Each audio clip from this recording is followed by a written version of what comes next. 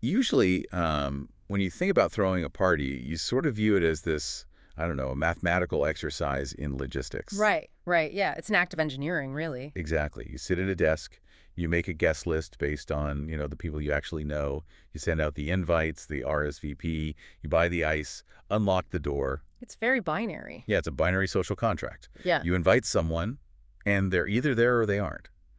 The math is clean, and the reality of the night usually lines up with your plan. And we really rely on that predictability. I mean, we want our social interactions to be safe and categorized. Sure. If you throw a dinner party for 8 people, you expect exactly 8 plates to be used. The whole structure of hospitality is basically designed to just, mitigate surprises. But then you step into the world of Cole Porter's lyrics, Yeah. and that clean, simple equation of hospitality is just, it's completely shattered. Oh, entirely. You aren't looking at a polite gathering of friends anymore. You are suddenly navigating this really murky, chaotic landscape of naked ambition, social desperation, and just manic celebration. It's wild. It is. So welcome to episode 62 of Porter-Pedia, the show where we explore the world, the work, and the honestly endlessly complex life of Cole Porter. And we are so glad you're here with us. Yes, definitely. Now, we've already meticulously dissected the brilliant cultural references dropped in Porterless songs like Farming and They Couldn't Compare to You. Those were incredibly fun to unpack. So fun. So if you haven't checked those out yet, I highly encourage you to go back and listen because there is so much more to come. His catalog is just so incredibly dense. I mean, to truly understand the architecture of these songs, you have to decode the specific cultural weight of, every single name, place, and product that he weaves into the rhythm. Which is exactly why, if you enjoy this kind of exploration, you absolutely must buy the book, Porter-Pedia. Yes, it's a sense. It really is the ultimate companion for this show because it explains every single reference Porter ever dropped across his entire career. And we were talking about over 2,600 of them. It's a massive achievement. It is. There's a link to purchase it right there in the episode description, and I just cannot recommend it highly enough. So what's on the agenda for today? Right. So today, our exploration centers on the dizzying, fast-paced lyrical maze of a 1940 song called I'm Throwing a Ball Tonight. Such a great one. It's an absolute gem. It's tucked inside the wartime musical comedy Panama Hattie. And we're going to look at how Porter used what seems like a simple, upbeat party invitation list to build this brilliant satirical time capsule of American fame, consumerism, and honestly, psychological denial. Yeah, to really see the satire, we have to ground ourselves in the reality of the year this song debuted. Right, 1940. Exactly, 1930. And the American atmosphere at this time is incredibly peculiar. You have the devastating reality of World War II raging across Europe. Which is impossible to ignore. Right, the Blitz is happening, London is being bombed, and while the United States hasn't officially entered the conflict yet, the tension is just omnipresent. Yeah, the draft had been instituted. The looming shadow of war is covering everything. Yet, on the domestic surface, the cultural machinery of American glamour is just churning at a breakneck, almost hysterical pace. It's that profound cognitive dissonance. The headlines on the newsstands are terrifying, but the movie theaters are packed. Stuffed to the brim. Hollywood is operating at the absolute peak of its golden age. Broadway is churning out these massive, brassy, revue-style comedies. And there's a total explosion in magazine culture. People are just desperate for distraction. And Panama Hattie provided that exact brand of escapism. I mean, it was a smash hit vehicle for Ethel Merman, filled with sailors, showgirls, tropical sets. The works. Exactly. But Porter never wrote pure, empty escapism. He always laced the champagne with a twist of sharp, cynical recognition of the society his audience actually lived in. Which brings us to the emotional starting point of the person singing I'm Throwing a Ball Tonight. Because before we even get to the famous guest list, we have to look at the psychological state of the host. It's fascinating. The song doesn't start with popping corks and confetti. The architecture of the verse actually begins in a place of profound, stagnant depression. Yeah, the opening lines establish a really dramatic emotional reversal. The speaker begins by stating their life has been, quote, simply hellish, and that they didn't stand a chance. Right. They are establishing a baseline of just total defeat. Porter uses this incredibly specific, heavy death imagery right out of the gate. The speaker claims that before this exact moment, they would have relished a tomb like General Grant's. Grant's tomb. Yeah. For anyone who hasn't walked through Riverside Park in New York City, General Ulysses S. Grant's tomb is the largest mausoleum in North America. It's massive. It is this imposing neoclassical granite structure. It is the ultimate architectural expression of permanence, coldness, and absolute death. So, by using Grant's tomb as the metaphor for their social life, the character isn't just saying they were sad, they are saying they were entombed. Wow. They were completely cut off from the vibrancy of the city, static and immobilized by their own irrelevance. And it's a brilliant setup because the heavier and colder that opening imagery is, the more explosive the pivot becomes. And the pivot happens in a split second. The lyrics tell us, a certain person just brought some news, and wow, was it great. We're never told what the news actually is, by the way. We aren't. It doesn't matter. What matters is the instantaneous, almost violent shift in the character's psychology. They go from romanticizing a granite mausoleum to feeling so swellish, and then they drop this fascinating line. They say they feel so Elsa Maxwell-ish. Now, understanding Elsa Maxwell is crucial to understanding the pathology of this song. Oh, for sure. Tell everyone who she was. Well, in 1940, Elsa Maxwell was arguably the most famous professional hostess and socialite in the world. Like, unmatched. Completely unmatched. And the thing is, she didn't have massive inherited wealth or traditional aristocratic beauty, but she had an absolute genius for engineering outrageous social spectacles. Right. She was the woman who would rent out massive venues in Paris or Venice Yeah. and basically force high society elites to participate in these scavenger hunts. Or costume balls where they had to dress as people they hated. Yes. She orchestrated this forced chaotic fun on a monumental scale. So when the speaker says they suddenly feel Elsa Maxwell-ish, they're entirely abandoning the idea of private happiness because you cannot contain that kind of manic Elsa Maxwell-level energy in your head. No, it has to get out. It naturally spills out into a loud, desperate public declaration. They aren't just happy. They feel an urgent, uncontrollable need to orchestrate a spectacle. The private thrill has to be immediately converted into social capital.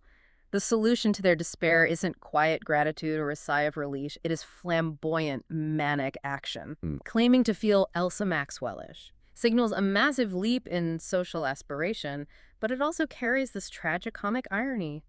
The speaker knows they aren't actually a titan of high society, but they're going to aggressively play the part. It's like someone whose house is actively burning down, but instead of calling the fire department, they run out to the lawn, string up a bunch of disco lights, and start charging the neighbors' admission to watch the flames. That is a perfect analogy. It is this performative, manic denial of the darkness they were just sitting in. It's an act of pure theatrical defiance against their own hellish reality. Defiance that translates directly into the aggressive, driving rhythm of the song's refrain. I mean, once they make the decision to throw this ball, the musicality and the language become incredibly kinetic. They start acting like a carnival barker. The lyrics hit this repetitive, insisting loop.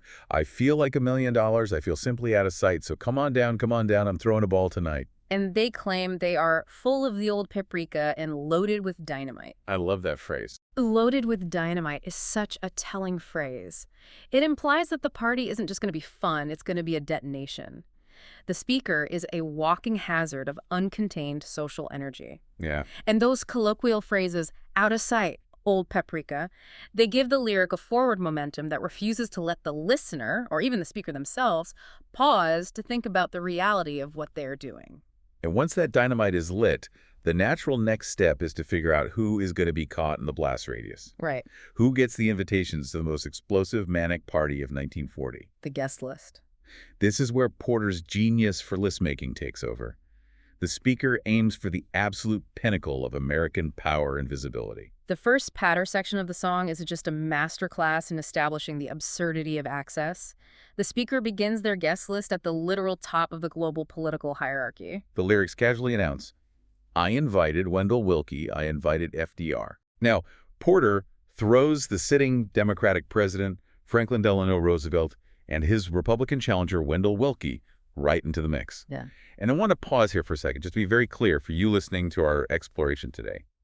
We aren't here to litigate 1940s politics or take sides on who had the better platform, whether left-wing or right-wing. Right. Definitely not. We are strictly and impartially looking at how wild it is that Porter used these two fierce rivals as ultimate social trophies in this lyric. Exactly. We're just reporting on the historical snapshot.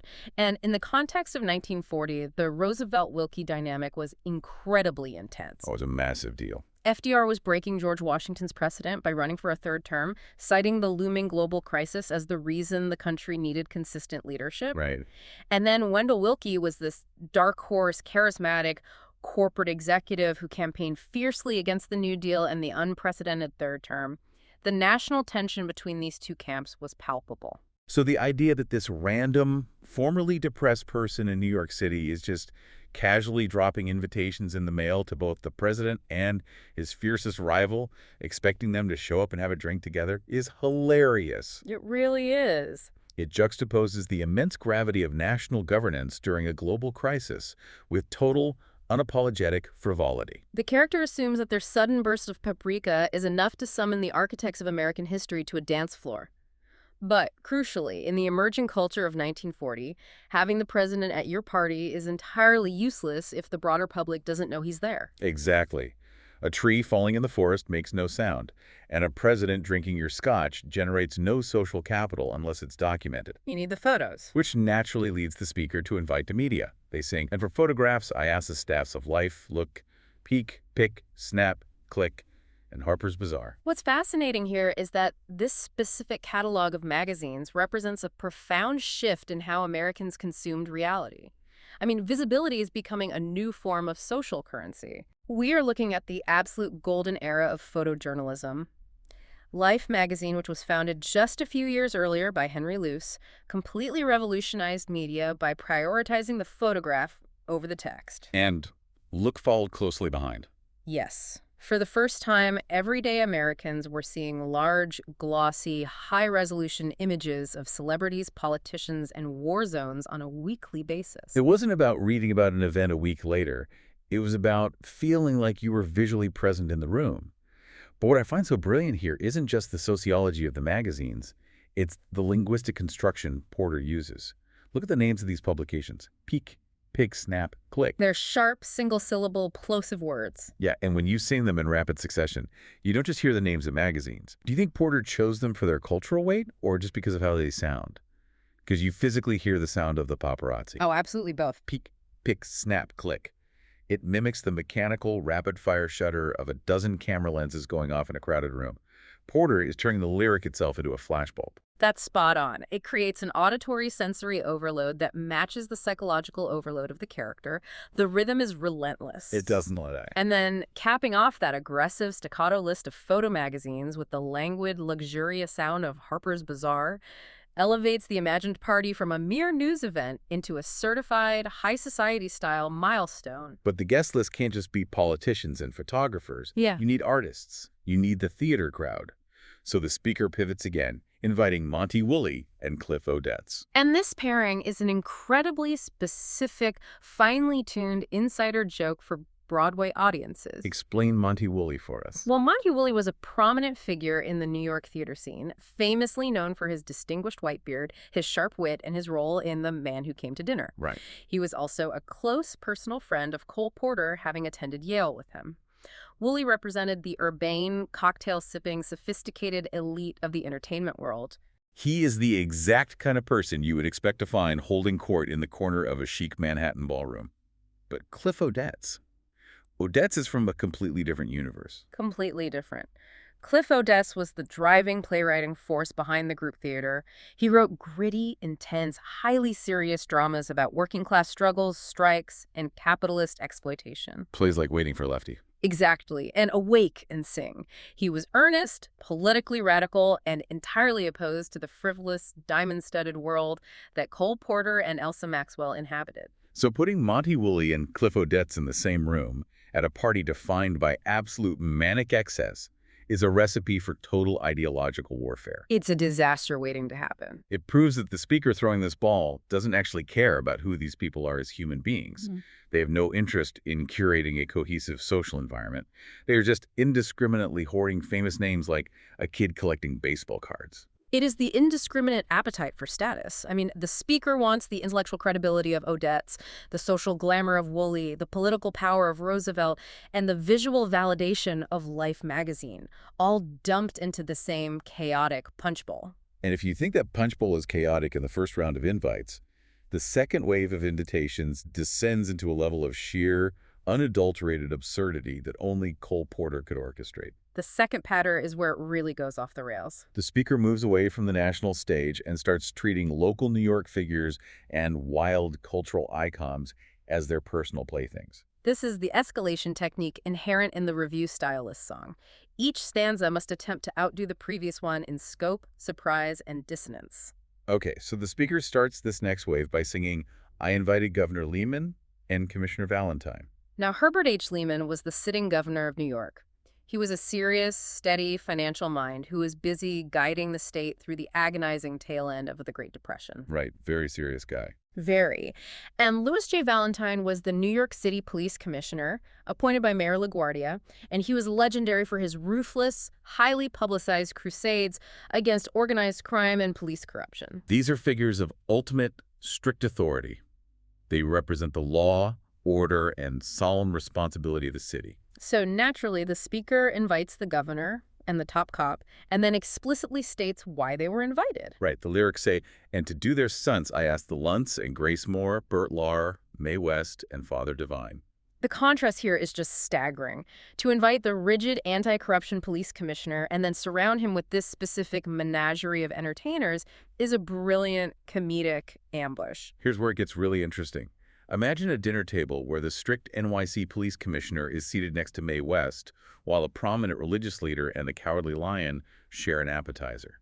Let's break down this menagerie. Let's do it. You start with the Luntz, Alfred Lunt and Lynn Fontanne. They are the undisputed king and queen of the American theater, known for their sophisticated, seamless acting style. They bring an air of absolute, refined legitimacy. And then you add Grace Moore, the Tennessee Nightingale, a wildly successful opera singer who conquered Hollywood. You have high culture solidly represented. Solidly. But the high culture is immediately undercut by the arrival of Bert Lahr. In 1940, Lahr is known globally as the Cowardly Lion from The Wizard of Oz, which had just come out the year before. He is a master of broad, sweaty, intensely physical vaudeville comedy. And right next to the Cowardly Lion, strutting into the room, is Mae West. Mae West represents a direct challenge to the very authority figures invited to the party. She was the ultimate symbol of unapologetic sexuality, double entendres, and subversive power. Oh, yeah. Her plays and films were constantly battling the censors and the very moral authority that Police Commissioner Valentine was tasked with upholding in New York. Placing Mae West across the buffet table from Commissioner Valentine is like throwing a lit match into a fireworks factory. But Porter doesn't stop there. He delivers the ultimate knockout punch of the stanza by adding Father Divine to the mix. Father Divine is perhaps the most fascinating reference in the entire song, and understanding his presence requires us to look closely at the sociological landscape of 1940. Tell us about him. Well, Father Divine was the founder and spiritual leader of the International Peace Mission movement. He was a vastly influential, deeply controversial religious figure, particularly active in Harlem and later Philadelphia. He was entirely unique. His followers believed she was the literal second coming of Christ. But beyond theology, Father Divine was executing radical social experiments. He preached absolute racial equality and integration at a time when America was deeply segregated. Which was huge in 1940. Exactly. And during the absolute worst years of the Great Depression, he provided massive, lavish, multi-course banquets for thousands of people, black and white, sitting together for mere pennies or entirely for free. He established businesses, hotels, and farming cooperatives that insulated his followers from the economic collapse. He wielded immense economic and social power. Politicians constantly tried to court his favor because he could mobilize thousands of devoted voters with a single sermon. So when Cole Porter includes Father Divine in these lyrics, he is taking a profoundly serious, highly polarizing religious and social leader, a man focused on feeding the impoverished and dismantling racial barriers, and casually tossing him into a frivolous rumba party alongside Mae West and a comic actor in a lion suit. It's the ultimate leveling effect of fame. To the speaker throwing this party, there is no difference between a spiritual leader organizing economic relief, a Broadway sex symbol, and the governor of New York. They're all the same to them. Yeah. They're all just recognizable names, reduced to decorative ornaments meant to validate the host's suddenly swellish mood. It reveals a profound emptiness at the core of the speaker's ambition. When all human achievement, whether it's political leadership, high art, or spiritual organizing, is reduced to mere celebrity, the concept of a society itself becomes a joke. Right. And Porter cements that joke by finishing the guest list with two of the greatest comedians of the era. I invited Gracie Allen, and of course I asked Fanny Brice. Yeah, Gracie Allen, with her brilliantly constructed dizzy persona that constantly outsmarted everyone around her, and Fanny Brice, the legendary, belting, heartbreakingly funny star of the Ziegfeld Follies. It's as if the speaker is finally admitting that the whole evening is just a vaudeville sketch. However, Porter's genius doesn't rest on just one iteration of a joke. Oh, not at all.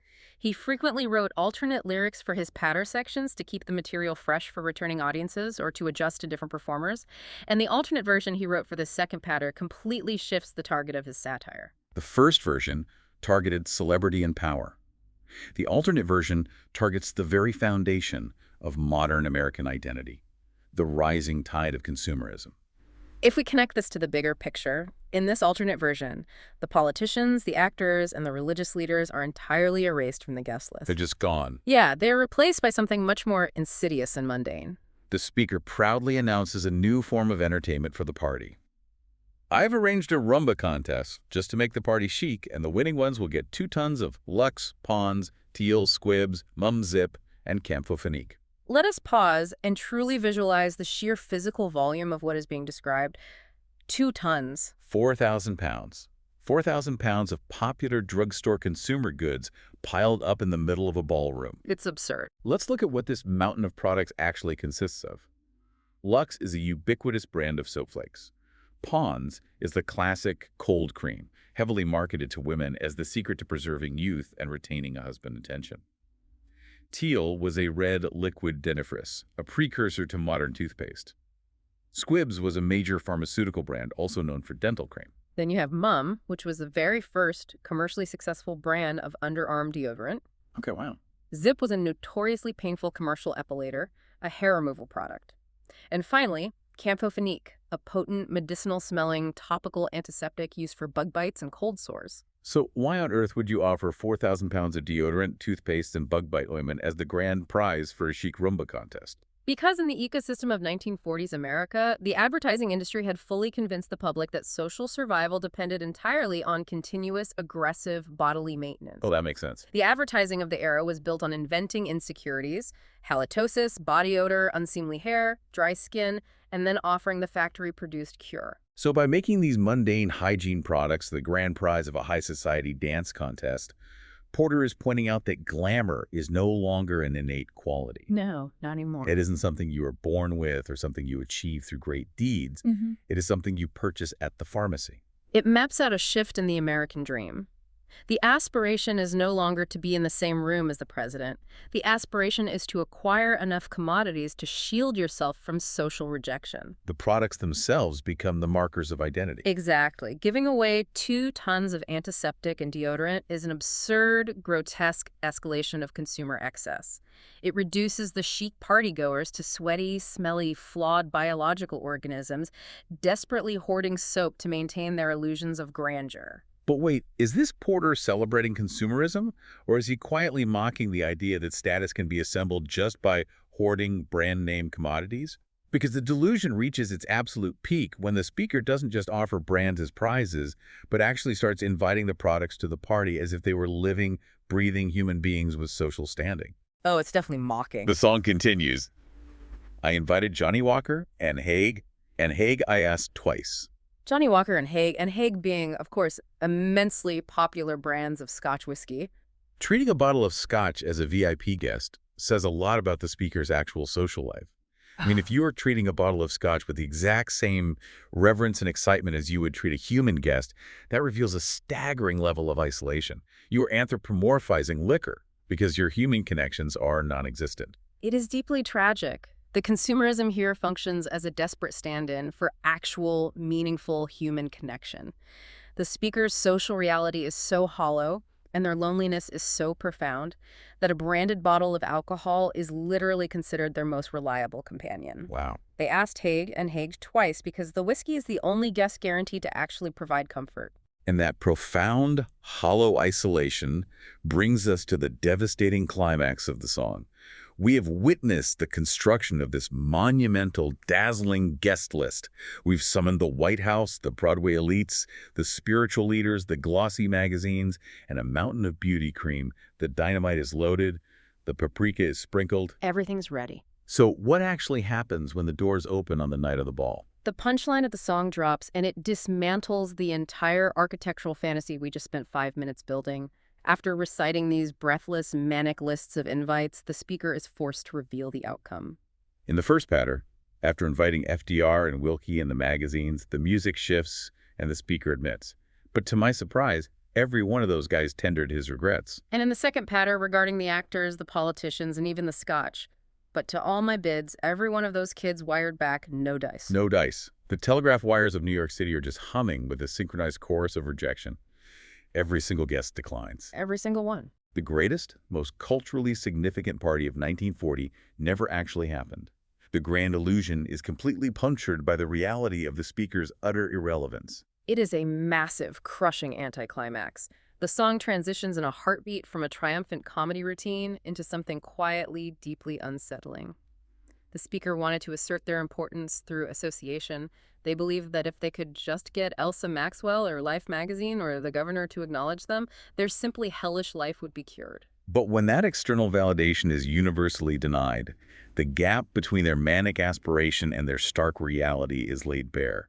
And what makes it so poignant is that the speaker doesn't cancel the party. They're standing alone in an empty ballroom loaded with dynamite, and nobody is there to see the explosion. This underlying anxiety, this tension between a beautifully curated public facade and a painful private reality, is something we really cannot fully grasp without looking at Cole Porter's own life during the period he wrote this song. Right, because of his accident. Yes. The historical frame of 1940 places us right in the aftermath of a profound personal tragedy for Porter. The 1937 writing accident. Exactly. In the fall of 1937, just a few years before Panama Hattie opened, Cole Porter was horseback riding at the Piping Rock Club in Long Island. His horse shied, reared up, and fell directly on top of him, crushing both of his legs. That's horrifying. The injuries were catastrophic. He narrowly avoided double amputation, and he was subjected to over 30 excruciating surgeries over the next several years. He lived in severe, unremitting chronic pain for the rest of his life. I mean, he frequently had to be carried into theaters or work from a wheelchair with his piano propped up on blocks. Yet, despite enduring a level of physical agony that would have broken almost anyone else, he never stopped working. His output remained astonishing. You really did.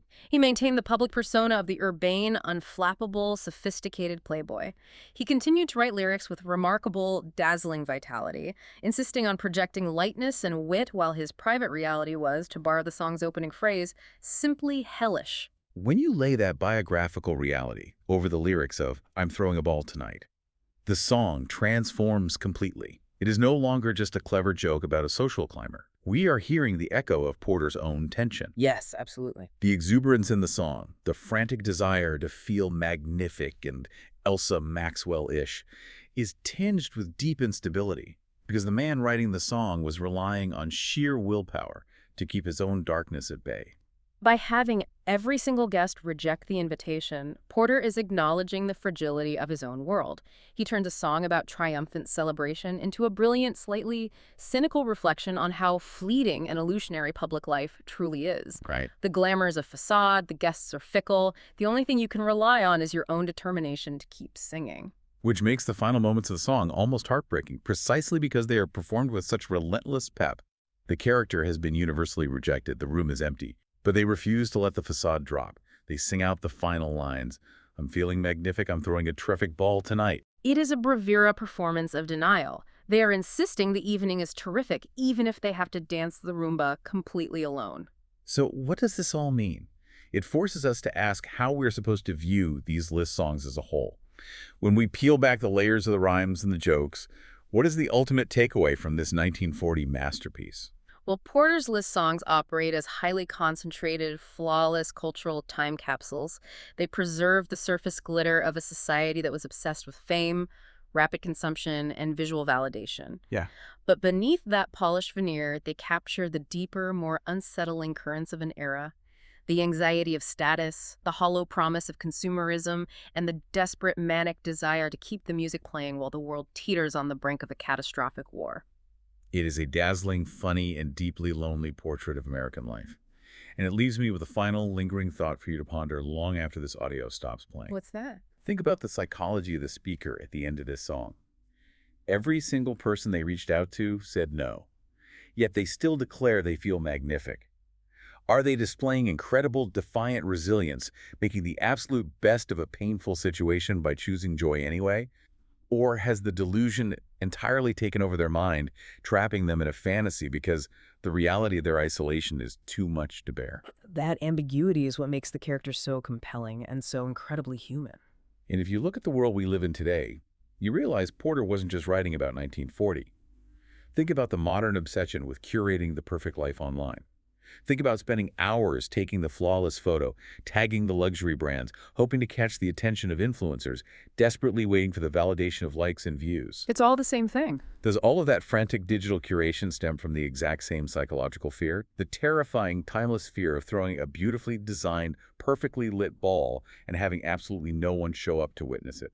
The platforms and the technology have evolved, but the underlying human desperation for an audience has not changed one bit. Porter just set that desperation to a better melody. A massive thank you for joining us today for this exploration. Remember, if you want to uncover the incredible stories behind the other 2,600 references Cole Porter wove into his music, you need to own the book, Porter-Pedia. You really do. Click the link in the description and grab your copy, and while you are doing that, queue up our previous explorations of his work. There is an endless amount of history waiting in those lyrics. We started today talking about how we expect hospitality to be simple, predictable math, a clean equation of invitations and acceptances. But as Cole Porter proves, the guest list is never just a list. It is a map of our deepest insecurities, our grandest delusions, and our desperate, enduring hope that if we just make enough noise, someone will finally step out of the dark and ask us to dance.